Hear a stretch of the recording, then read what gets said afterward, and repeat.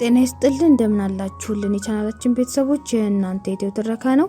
ሰዓቱ ደግሞ የተመረጡ ወጎችና ትረካዎችን የምናቀርብበት ነው። ባለፈው ሳምንት ፕሮግራማችን አልኬሚስቱ ክፍል 10 ማቅረባችን ይታወሳል። በዛሬው ትረካችን አልኬሚስቱ ክፍል 11 ይዘንላችሁ ቀርበናል። ለቻናላችን አዲስ ኖት ሼር፣ ላይክ እና ሰብስክራይብ ማድረግዎን አይዘንጉ። አልኬሚስቱ ክፍል 11 እንደሚከተለው ይቀርብላችኋል።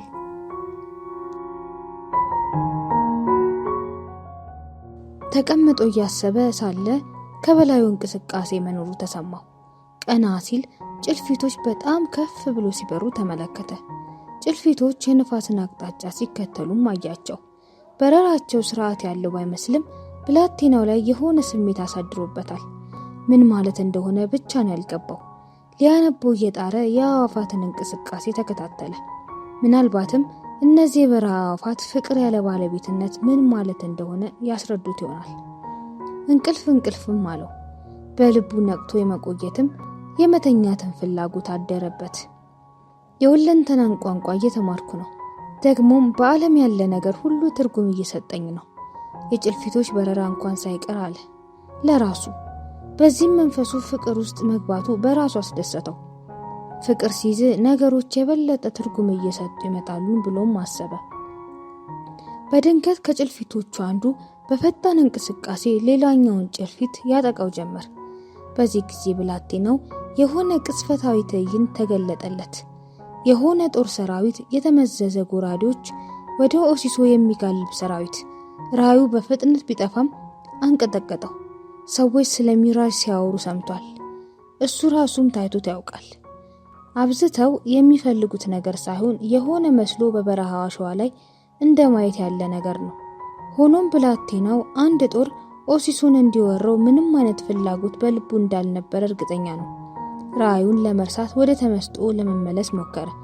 መልሶ በበረሃው ሐምራዊ ጥላና በአለቶቹ ላይ ለማተኮር ሞከረ። ነገር ግን ይህንን ከማድረግ የሚከለክል ነገር ልቡ ውስጥ አለ። ምንጊዜም ንግሮቹን ተከተል ብለውታል አረጋዊ ንጉስ። ብላቴናው በረሃው የታየውን አስታወሰ። ነገርየው በትክክልም ሊከሰት እንደሆነም ተረዳ። ተነሳና ወደ ቴምር ዛፎች መመለስ ጀመረ። አሁንም የራሱን ጉዳዮች በተመለከተ የተለያዩ ልሳኖችን አሰላሰለ። ይህኔ በረሃው አደጋ የለበትም፣ ኦሲሶ ነው አደገኛ ስፍራ መሆን የጀመረው።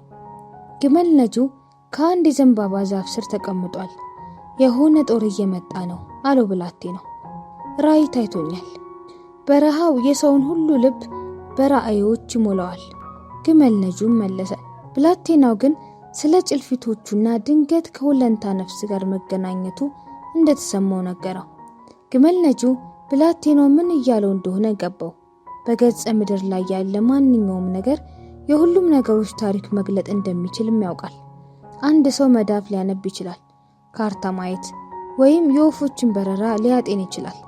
የሚያየው ነገር ምንም ይሁን ምን አንድ ሰው ከዚያ ቅስፈት ገጠመኙ ጋር የሚያገናኘው መስመር ሊኖረው ይችላል። በእርግጥ የሚታዩት ነገሮች አይደሉም ምንም ነገር የሚገልጡት፣ ምን እንደተፈጸመ እንዳለ የሚያዩ ሰዎች ናቸው ወደ ሁለንተና ነፍስ መዝለቅ የሚያስችል መንገድ የሚያገኙት። በረሃው በሁለንታ ነፍስ ውስጥ መግባት በመቻላቸው ላይ ኑሯቸውን በተመሰረተ ሰዎች የተሞላ ነው። አዋቂዎች ይባላሉ። በሴቶችና በአዛውንቶች ዘንድ ይፈራሉ። ወንዶችም እነሱን ከማማከር ይቆጠባሉ። ምክንያቱም እንደምትሞት ተነግሮ ውጊያ ገብተ በብቃት ልትፋለም አትችል። የጎሳ ወንዶች ውጤቱን ሳያውቁ ፍልሚያውን መቅመስ ይመርጣሉ። ነገማ በአላህ ተጽፏል። እሱ የጻፈው ደግሞ ምን ጊዜም ለበጎ ነው። ስለዚህም እነኚህ ሰዎች ዛሬን ብቻ ነው የሚኖሩት። ምክንያቱም ዛሬ ራሱ በአስደናቂ ነገሮች የተሞላ ነው። ግመል ነጂው ተዋጊ አይደለም። ስለዚህ አዋቂዎቹን አማክሮ ያውቃል። አብዛኞቹ የነገሩት ልክ ነው፣ አንዳንዶቹ ግን ይሳሳታሉ። እናም አንድ ቀን በጣም የሚፈሩትና ከሁሉም ሸምገል የሚሉት አዋቂ ግመል ነጂውን ስለ ነገ ለማወቅ ለምን እንደፈለገ ጠየቁት። አንዳንድ ነገሮችን ማድረግ እንድችል አላቸው። እንዲሆኑብኝ የማልፈልጋቸውን ነገሮች መለወጥ እንድችል ብዬ ነው። የነገህ ገጽታዎች ላይሆኑ ነዋ አሉት አዋቂው። ምናልባትም ነገ የማወቅ የፈለኩት ለሚመጣብኝ ነገር ራሴን ለማዘጋጀት ብዬ ይሆናል።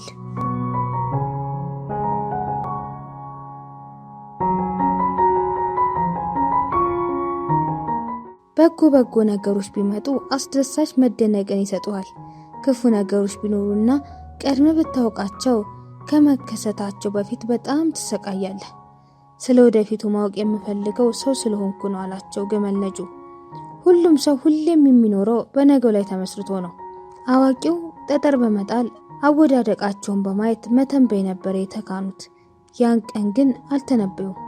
ጠጠሮቹን በጨርቅ ጠቅልለው ቦርሳቸው ውስጥ አስቀመጧቸው።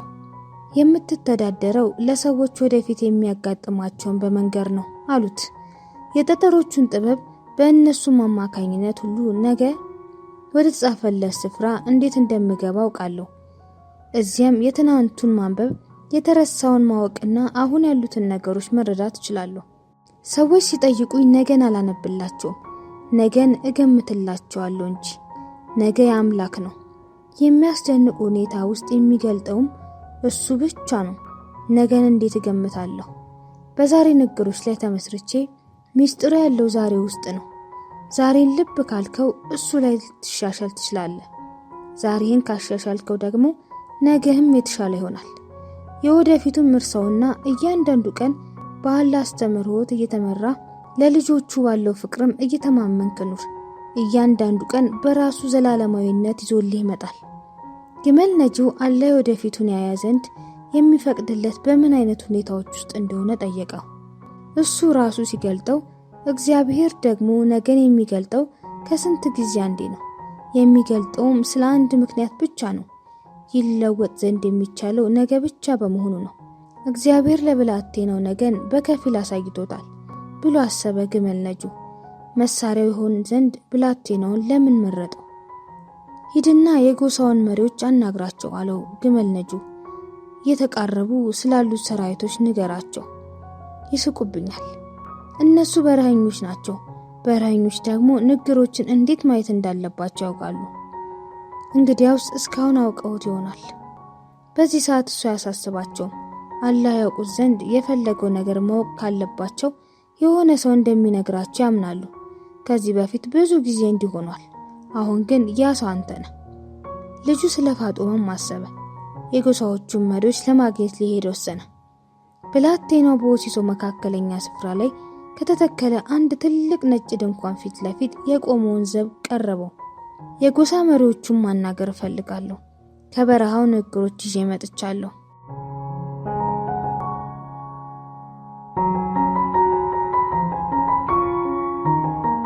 ምንም ሳይመልስለት ዘቡ ወደ ውስጥ ገብቶ ጥቂት ቆየ። ሲወጣ ነጭና ወርቃማ ልብስ ከለበሰ ወጣት አረብ ጋር ተመለሰ።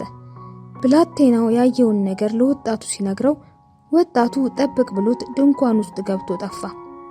መሸ። የሚጣሉ ሰዎችና ነጋዴዎች ስብስብ እያሉ ወደ ድንኳኑ ይገባሉ፣ ይወጣሉ። እደጅ እየነደዱ የነበሩት እሳቶች አንድ ባንድ ጠፉ። ኦሲሶም የበረሃው አይነት ጸጥታ ነገሰበት። በታላቁ ድንኳን ውስጥ የነበሩት መብራቶች ብቻ እንደበሩ ቀሩ። በዚህ ሁሉ ጊዜ ብላቴናው ስለ ፋጡማ እያሰበ ነበር።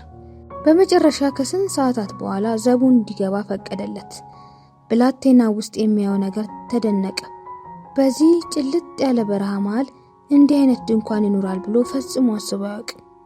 ወለሉ እስከ ዛሬ ከረገጣቸው ምንጣፎች ሁሉ ይበልጥ ውብ በመሆኑ ምንጣፎች ተሸፍኗል። በድንኳኑ አናት በኩል በሻማ አማካኝነት የበሩ የወርቅ አምፖሎች ተሰቅለዋል። የጎሳ መሪዎች በድንኳኑ ጓዳ በጥልፍ ካጌጡ የሐር ፍራሾች ላይ በግማሽ ክብ ቅርጽ ጋደም ብለዋል። አሽከሮቹ በብር ትሪዎች ላይ ጣፋጮችና ሻይ ሞልተው ሽር ጉድ ይላሉ። ሌሎቹ ይተጋሉ። የክፍሉ አየር በጭሳጭስ ጣፋጭ መዓዛ ታውዷል። የጎሳ መሪዎቹ 8 ናቸው። ብላቴናው ግን ወሳኙ የትኛው እንደሆነ ማወቅ ችሏል። ነጭና ወርቃማ ልብስ የለበሰ አረብ ከግማሽ ክቡ መሃል ተቀምጧል። ከጎኑ ቅድም ብላቴናው ያነጋገረው ወጣትም አረብ አለ። ስለ ንግሮች የሚናገረው ጸጉረ ልውጥ ማን ነው ብሎ ጠየቀ አንደኛው የጎሳ መሪ ብላቴናውን እያየ። እኔ ነኝ መለሰለት። ብላቴናው ያየውን ተናገረ። በረሃውኛ ለስንት ትውልድ እዚህ መኖራችንን እያወቀ ለምን ሲል ነው እንዲህ ያሉ ነገሮችን ለጸጉረ ልውጥ የሚገልጠው አለ ሌላኛው። ምክንያቱም የኔ አይኖች ከበረሃው ጋር አልተላመዱም አለ ብላቴናው። ከበረሃው ጋር የተላመዱ አይኖች ላያዩዋቸው የሚችሉ ነገሮችን ማየት እችላለሁ። በዚህ ላይ ደግሞ ስለ ሁለንተና ነፍስ አውቃለሁ ሲልም አሰበ ለራሱ። ኦሲሶ ገለልተኛ መሬት ነው። ስለዚህ ኦሲሶን የሚያጠቃ የለም። ሶስተኛውም ተናገረ። እኔ ያየሁትን ልነግራችሁ ብቻ ነው የምችለው። ልታምኑኝ ካልፈለጋችሁ ይህንን ጉዳይ በተመለከተ ምንም ማድረግ አይኖርባችሁ። ሰዎቹ የሞቀ ክርክር ውስጥ ገቡ። የሚያወሩት ብላቴናው በማይገባው የአረብኛ ዘዬ ነበር። ሊወጣ ሲል ግን ዘቡ እንዲቆይ ነገረው። ብላቴናው ፍርሃት ገባው። ንግሮቹ የሆነ ችግር መኖሩን ነግረውታል። በረሃብ ውስጥ ስላየው ነገር ለግመል ነጂ ማውራቱ ቆጨው። በድንገት መሃል ላይ ያሉ ሸምገል ያሉ ሰው ፈገግ አሉ። ይህኔ ብላቴናው በጥቂት እፎይታ ተሰማው። ሰውየው በክርክሩ አልተሳተፉም። እውነቱን ለመናገር አንዲትም ቃል አልተናገሩም ነበር። ነገር ግን ብላቴናው የወለንታ ቋንቋ ይገባው ጀምሯል። በድንኳኑ ውስጥ የተሰራጨው የሰላም መንፈስ ይሰማዋል። አሁን መምጣቱ ልክ መሆኑም ገባው። ውይይታቸው አበቃ። የጎሳ መሪዎች የሽማግሌውን ንግግር ሊያዳምጡ ለጥቂት ደቂቃዎች ጸጥ አሉ። ከዚያ ሽማግሌው ወደ ብላቴናው ዞሮ፣ በዚህ ጊዜ ግን ፊታቸው ላይ የሚነበበው ቅዝዝ ያለ ስሜት ሆነ። ከ2000 ዓመት በፊት በአንድ ሩቅ አገር አንድ በህልም የሚያልም ሰው ወደ ጨለማ እስር ቤት ተጣለ። በኋላም በባርነት ተሸጣሉ። ሽማግሌው ልጁ በሚገባው ዘዬ የእኛ ነጋዴዎች ያንን ሰው ገዙትና ወደ ግብጽ አመጡት። በህልሞች የሚያምን ሁሉ ህልሞቹን መፍታትም እንደሚችል ሁላችንም እናውቃለን። ሽማግሌው ቀጠሉ። ፈርዖን ከሲታና ወፋፍራም ስለነበሩ ላሞች ሲያልም ይሄ ያልኩት ሰው ግብጽን ከረሃብ ታደጋት። ስሙ ዮሴፍ ይባላል።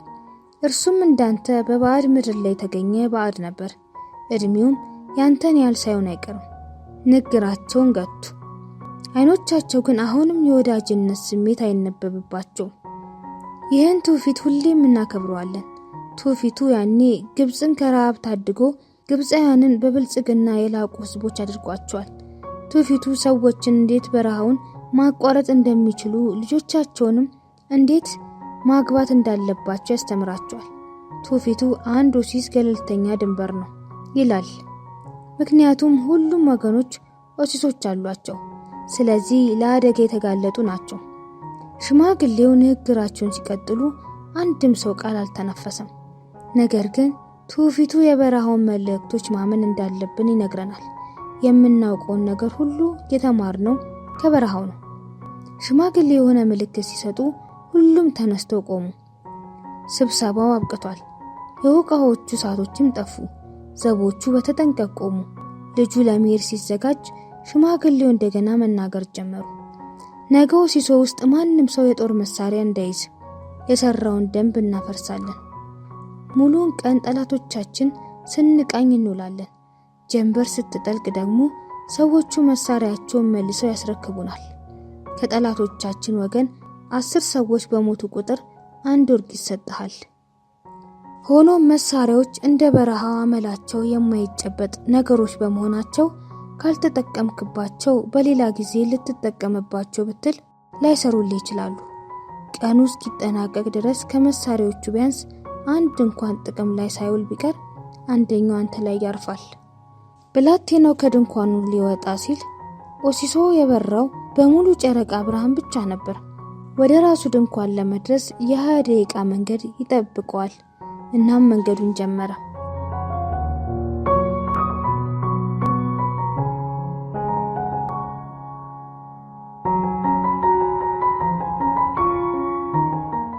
በተከሰተው ነገር ተነቃቅቷል።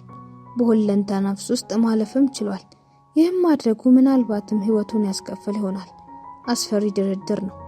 ሆኖም ዕጣ ፈንታውን ለመከተል በጎቹን ከሸጠበት ቀን ጀምሮ አደገኛ ድርድሮችን ሲያደርግ ነበር። እናም ልክ ግመል ነጂውን እንዳለው ነገ መሞት በሌላ ቀን ከመሞት የከፋ አይሆንም።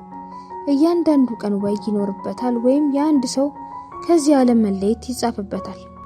ሁሉም ነገር የአንድ ቃል ጥገኛ ነው። ምንም አይነት ቁጭት ሳይሰማው በጸጥታ እየተጓዘ ነው። እሱ ነገ ቢሞት እግዚአብሔር ሊመጣ ያሰበውን ክስተት መለወጥ አልፈቀደም ማለት ነው።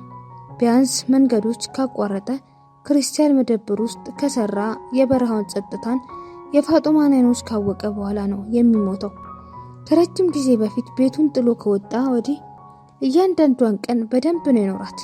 ነገ ቢሞትም እንኳን የሚሞተው ከሌሎች እረኞች የበለጠ አይቶ ነውና ኩራት ይሰማዋል። ድንገት የመብረቅ አይነት መባረቅ ሰማ። አጋጥሞት የማያውቀው አይነት ነፋስ መሬት ላይ ወረወረው።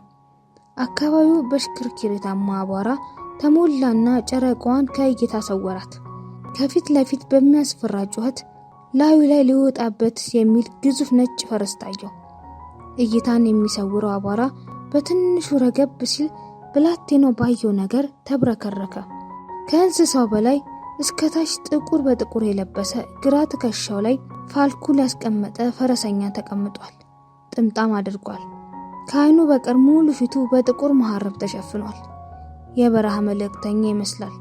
ሁኔታው ግን ከተራ መልእክተኛነት የገዘፈ ነበር። የአስገራሚ ፈረሰኛ ትልቅ ባለደጋን ቅርጽ ሰይፍ መዘዘ። ስለቱ በጨረቃዋ ብርሃን አብረቀረቀ። የአዕዋፋቱን በረራ ትርጉም ለማንበብ የደፈረው ማን ነው? ጠየቀው ድምጹን ሰይፉ በ50 ሺዎች የአልፋዩ ሜቴምር ዛፎች ውስጥ የሚያስተጋባው እስኪመስል ድረስ እየጮኸ። እኔ ነኝ የደፈርኩት አለ ብላቴናው።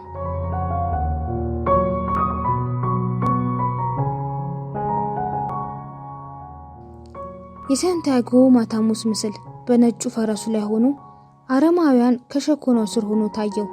ሰውየው እሱ ነው የሚመስለው። ልዩነቱ ምግባር መለዋወጣቸው ነው።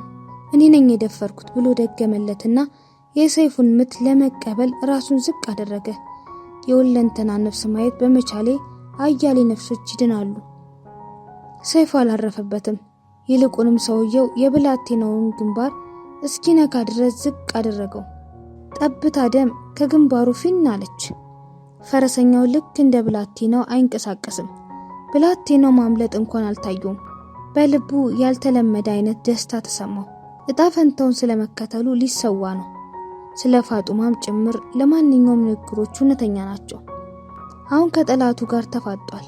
ስለ መሞት ማሰብ ግን አይጠበቅበትም። የሁለንተና ነፍስ ይጠብቀዋል። ብዙም ሳይቆይ የዚያ አካል ይሆናል። ነገ ደግሞ ጠላቱም ጭምር የዚያ ነፍስ አንድ አካል ይሆናል። ፈረሰኛው ሰይፉን የልጁ ግንባር ላይ እንዳደረገ ነው። የጭልፊቶቹን በረራ ለምን አነበብክ? ያነበብኩት ከአዕዋፋት ሊነግሩኝ የፈለጉት ብቻ ነው። ያነበብኩት አዕዋፋቱ ሊነግሩኝ የፈለጉትን ብቻ ነው። ኦሲሱን መታደግ ፈልገዋል። ነገ ሁላችሁም ትሞታላችሁ። ምክንያቱም እናንተ ካሏችሁ ሰዎች የበለጡ ኦሲሶ ውስጥ አሉ።